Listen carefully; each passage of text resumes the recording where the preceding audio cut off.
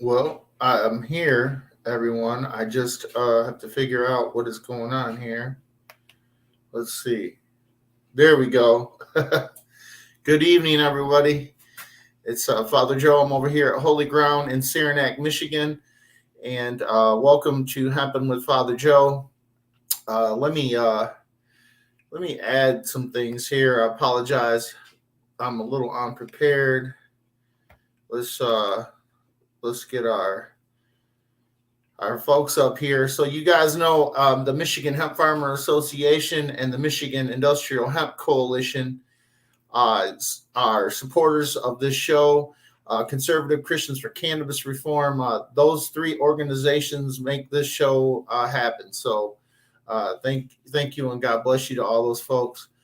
We're going to open up in prayer, and then we're going to bring in Tasha Rountree.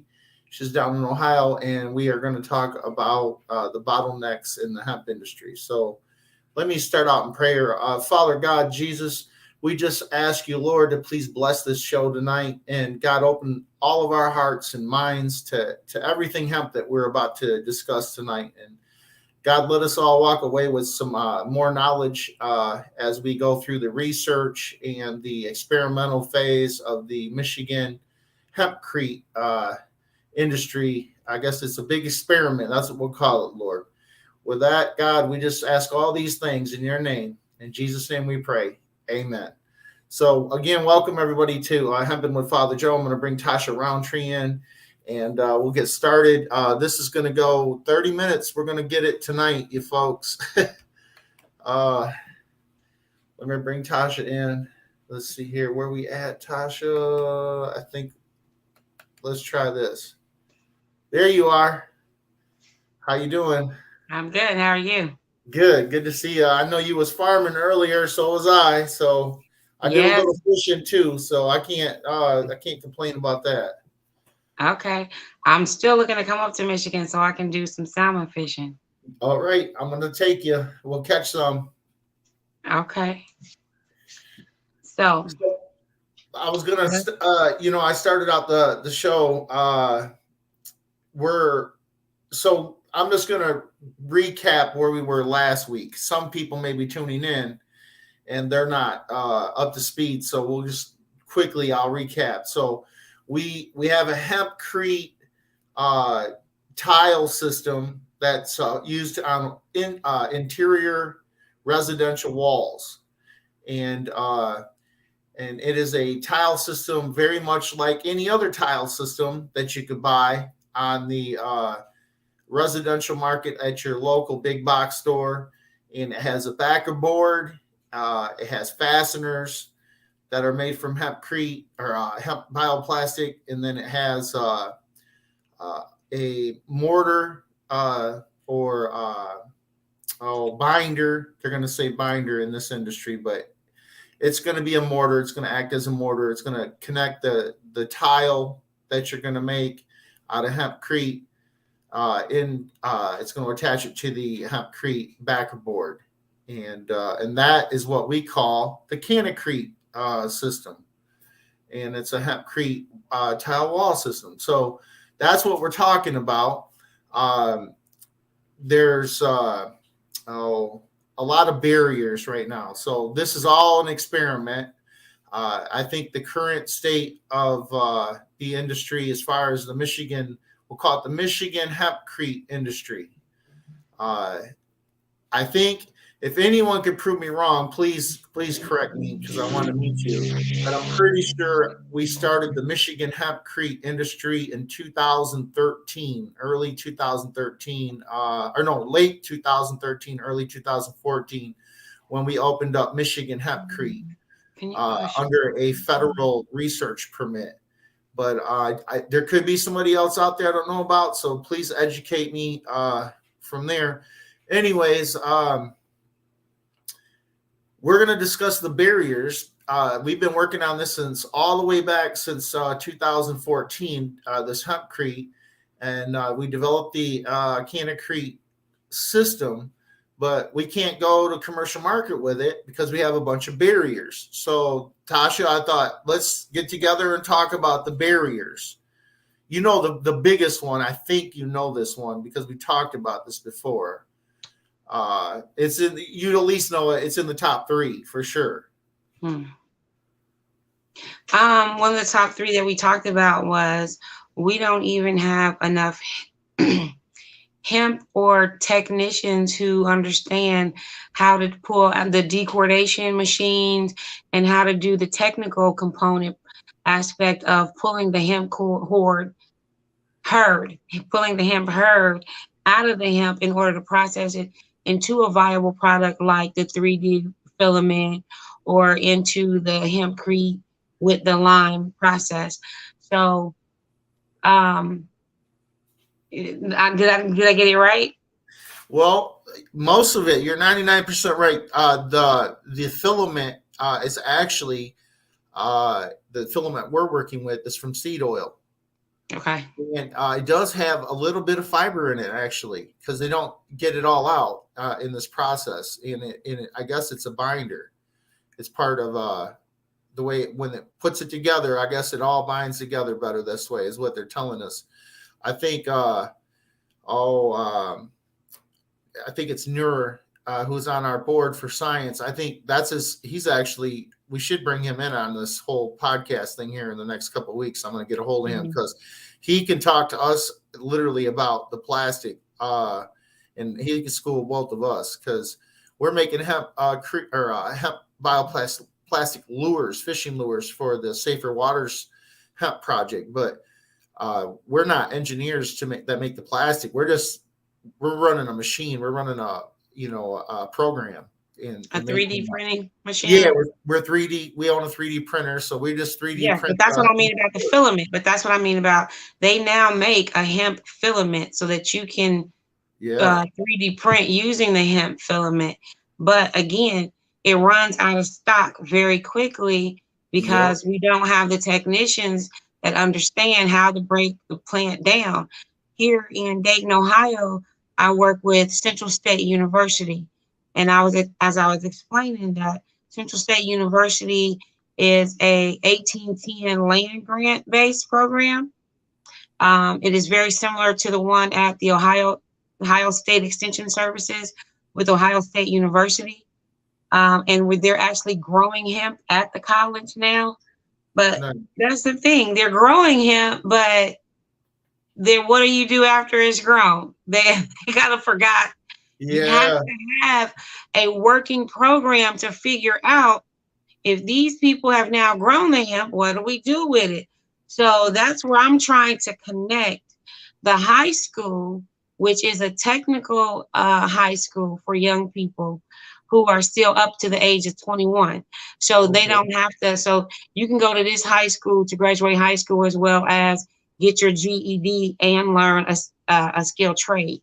So by partnering up with the union, that's how I got the union to say, well, we'll bring Pastor Joe Brown down here to Dayton to talk about this hempcrete process, because in order to do this hempcrete, the first skills you have to have is masonry. So by bringing this down here, we're including the Masons Union. We're including the plasters. We're showing you that this can become a viable, high-paying job with benefits and union pay and a retirement plan, so that you can purchase a home, so that we can be we can be in a position to actually grow the hemp, process the hemp, and then use it for manufacturing. Because Dayton was one of the highest manufacturing cities in the United States of America, as well as in our rural area. We had, again, the largest number of Black owned and operated farms in America. And this is a way for us to reclaim some of our heritage, when just last week it came out that Black farmers lost over $326 billion worth of generational wealth in the form of land over the past 50 years. So at this point, we know that in the hemp industry, and that's why we as African Americans have to be so much more careful than the average person, is because they were offering us hemp seeds that they knew didn't work. And when they didn't work, there was no crop, there was nothing to sell, and so you couldn't make your payments. And so after 2 years of this, now no payment, no loss, now you have to deal with the bank with that. So there's a lot of inequity, and there's a lot of predators, especially for new African Americans who at first refused to do anything with the hemp industry because it was federally legal. And so now, because of some of the USDA loans, predator lending, they are just apprehensive about any kind of new product. But as more farmers are coming out and they're seeing more success, you do have the questions, and now you have the willingness to at least have those conversations about how hemp can change us, and being as though we are the home. Dayton is not North Carolina. It's Dayton. We are the home of aviation. And being the home of aviation, you have a gentleman in Canada who is now growing hemp, producing hemp biofuels for his plane, and he's 3D printing planes. Well, if we're the home of aviation, that kind of business, that's innovative. We should be at the forefront of that. Yeah, I'm not sure about the guy with the plane. It's not to discredit what you're saying, but I looked into that situation because somebody said that wasn't really real. I'm not sure if it is. It's something just FYI for you, because I was posting about it. I was excited, and I'm like, wow, I'm reading all this stuff. And somebody brought it to my attention, and I started looking into it. And I hate to even bring it up right now, but it's just I want to make sure, because I know people are going to watch us, and some of them are going to say, hey, half of them are going to say it's real, and the other half are going to say it's fake. I'm not sure, but I sure hope it's real. I sure hope it is real. I sure hope it is real. I really do. I absolutely hope that it is real. And I hope that we are getting so progressive that we are looking for hemp to use for biofuels, to even supply with hemp, with jet fuels and with passenger planes. And if we can do some things like that, that would be amazing. But now let's get back to the hemp, all of that get back to the hempcrete. I can see this hempcrete system with us building garages.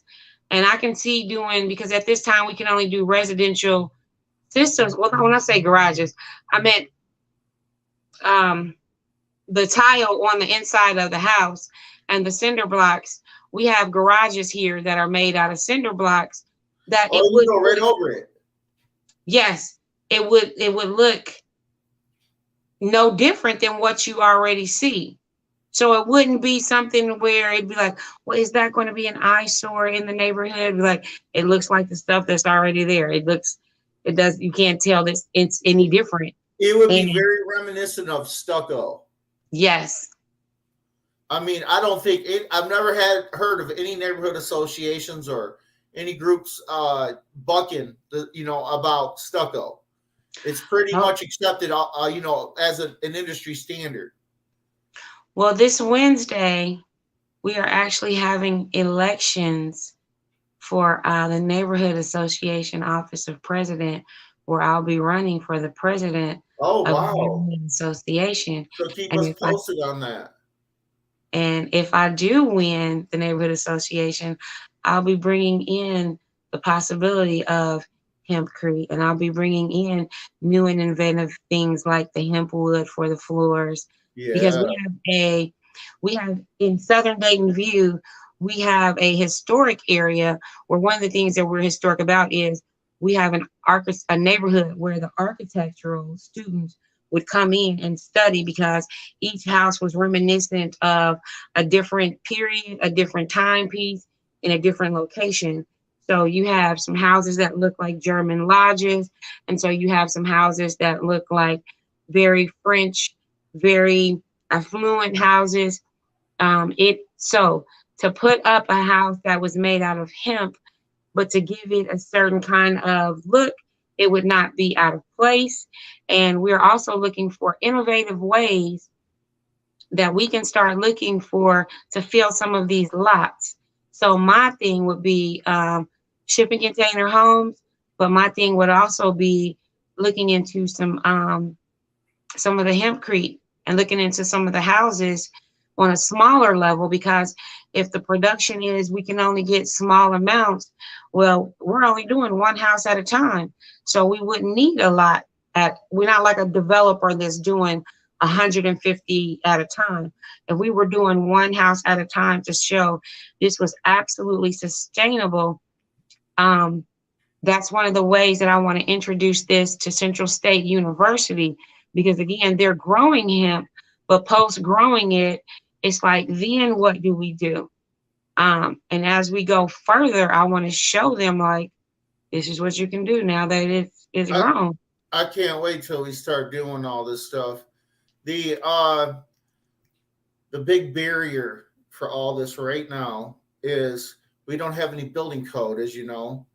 I think it's the U.S. Hemp Building Association. Is that the correct association that is working on that? I think so. The international.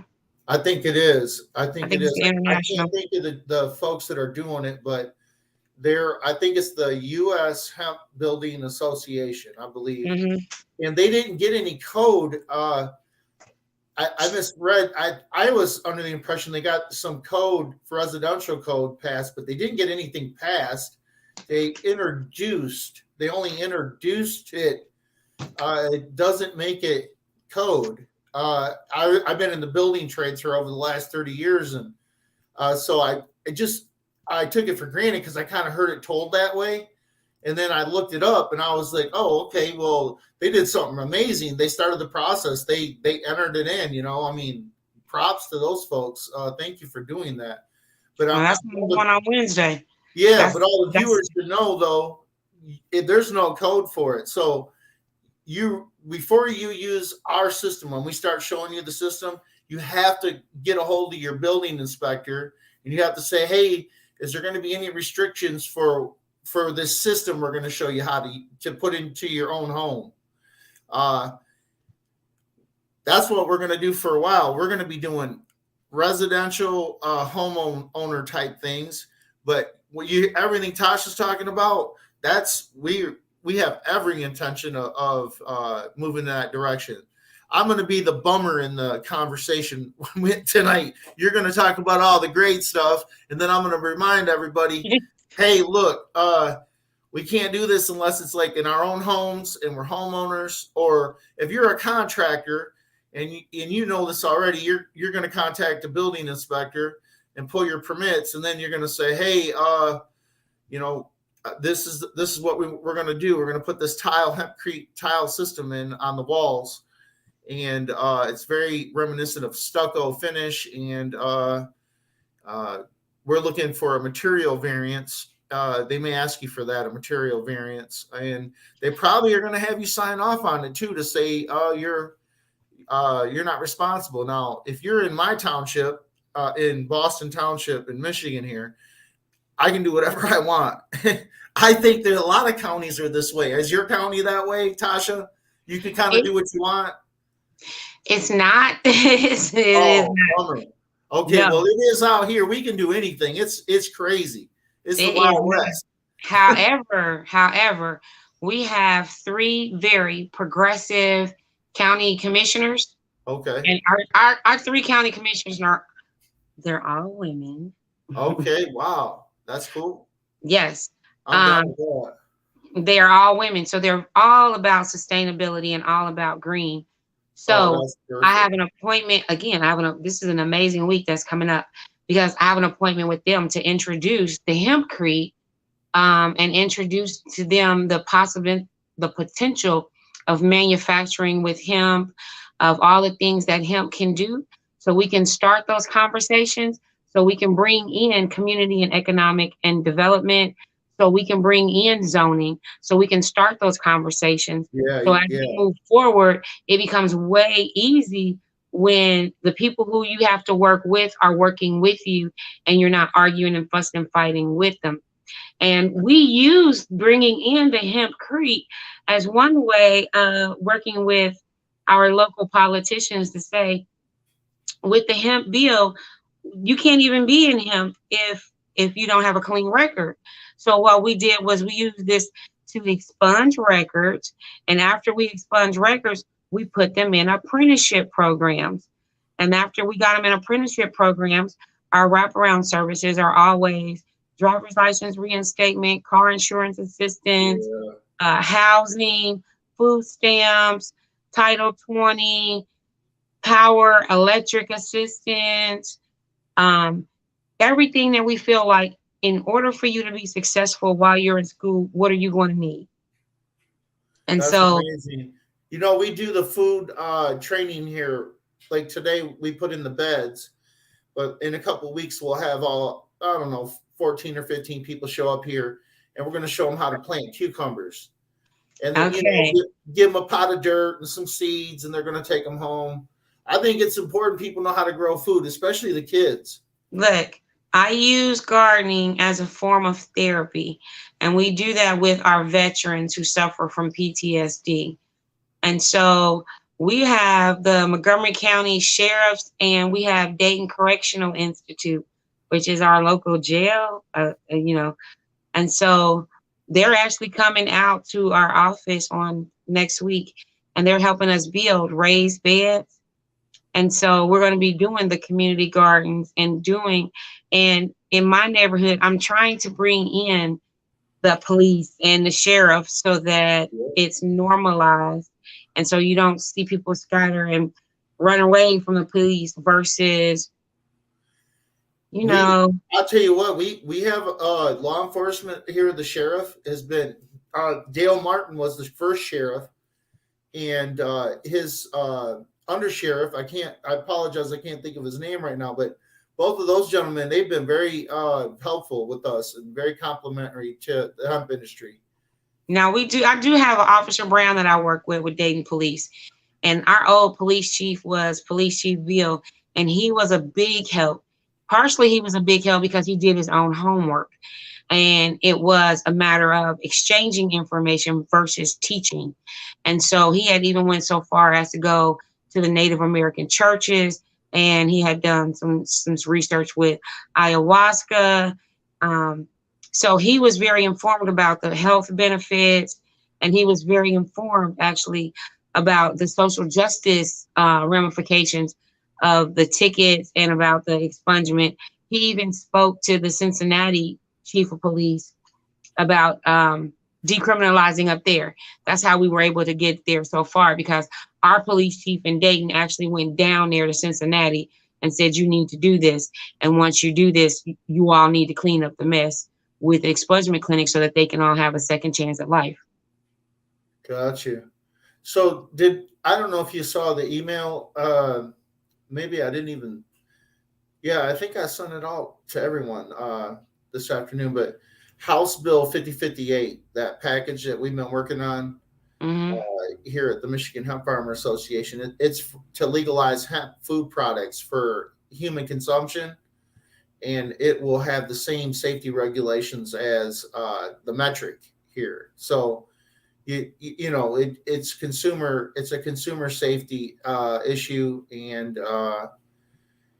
it clears up currently federal law. I'm switching gears here, folks, for a second, because we only have about 6 minutes left. But the House Bill 5058 is in the Senate. It's been accepted to committee. I'm actually going to be in Lansing on Tuesday testifying on behalf of passing the bills. I know we didn't talk about this earlier when we were talking, but I'll be in Lansing on Tuesday. I will be testifying, asking them to pass this. This has negatively affected our family business since 2016, and it really it's dangerous right now, because if you have food products for sale in Michigan, and you're not supposed to be making them under the state license. So we're not allowed to make food products right now. Sucks. And then the shelves of our retailers have out-of-state retailer manufacturers products on their shelves.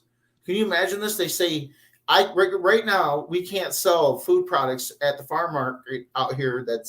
We sold hemp at for years. We can't sell hemp food products, But across the street at the gas station, they're selling out-of-state manufactured hemp food products. It's just ludicrous. If we sell them, we're at risk of losing our license, our hemp license. And they're not even required to have a hemp license. Right. They just buy the CBD. That's it. Make the stuff and ship it up here. And they're beating us down is what they're doing. They're killing us local. I don't know if I told you this, but only 50 people are farming, I think, this year. Farmers. That's it. Hemp farmers, 50 in the whole state. And the processors, there ain't that many of us either. I have a processing license. Our family does. And there's not very many of us left either. It's just decimating us. So I'm going to show up to the Capitol. We've been working on this bill the whole time, the whole package. And hopefully we're going to get this through a committee, and it's going to go up for a vote here, and the governor will sign it into law. That's the intent. Did you review the bill? Yeah, you reviewed the bill. You know what I'm talking about. Yeah, you were on this. So that's what's up. I do want to see you next week again. I will be there. I'll be there. Let's talk about. Well, I want to start talking about the system, and me and Harrison, my son, are going to start building forms and getting this ready so we can start making some pieces and parts here and film it. And then I don't know how to do this yet, but we have a gentleman who is a friend of ours from the actually, you do know him, Justin Trowbridge from the National IHC. Yes. He's actually contacted me and he said, "Hey, Joe, I'm good with this type of stuff, StreamYard and podcast productions. And heck, I'm probably, don't even know half of what he's good at, but he's made himself and said, look, if it ain't free, it's going to be real cheap. And he's going to tighten the show up for us." Okay. Yeah. He said he was going to tighten the show up and show us how to add video. So me and you can sit here and watch the video while everyone else is watching it. And then we can pop back in and out and talk, because I can't figure it out for the life of me. I'm sorry. I'm trying, but this stuff is not that easy. Look, that's why you're in charge now. Yeah. Well, I appreciate it, but I'm going to get Justin's help. If he's watching tonight, Justin, we're definitely coming to see you. So, are you coming into town on May 21st, Saturday, the 21st, for the members meeting? Yes. Okay, great. I plan on being there, and Russell, and I think Harrison, and I'm going to send an email out to all the Michigan Hemp Farmer Association members to encourage them to come to this is one of two. The only other one we'll have this year is at our event. Did you see that Director Andrew Brisboe from the Cannabis Regulatory Agency has committed and sent us his picture? And then Molly Mott of the Michigan Department of Agriculture and Rural Development has committed and gave us her picture. I could not get Dr. Eric Anderson from MSU to give us a picture, but he committed. So as far as I'm concerned, that's the top three people in the state. And we're going to have, for our members to be able to have access to listen to them for 30 minutes during the Michigan Hemp Festival. It'll be our 8th blessing of the hemp. So you'll be there. I know you'll be at that too. Yes. That's why I said this month is going to be just amazing. Yeah. Oh, yeah. The rest of this month is just going to be amazing. Okay. Well, look, I'm going to get off the line here, and we'll just everybody have a blessed night. And Tasha, I'll see you next week. And next week, I do want to talk more about the system. And we'll sit down for 30 minutes. And actually, I'm going to send you some notes because I think it's important that you see how it works. Okay. I'm trying to get them drawn up so that you have drawings. Okay. So, if that being said, everybody have a blessed night. Tasha, I'll see you soon. Thanks for joining us.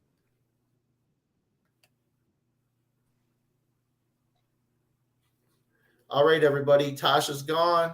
I'm sure glad she joined us. Everybody have a blessed night tonight. If you have any questions, please let me know. Good night and God bless.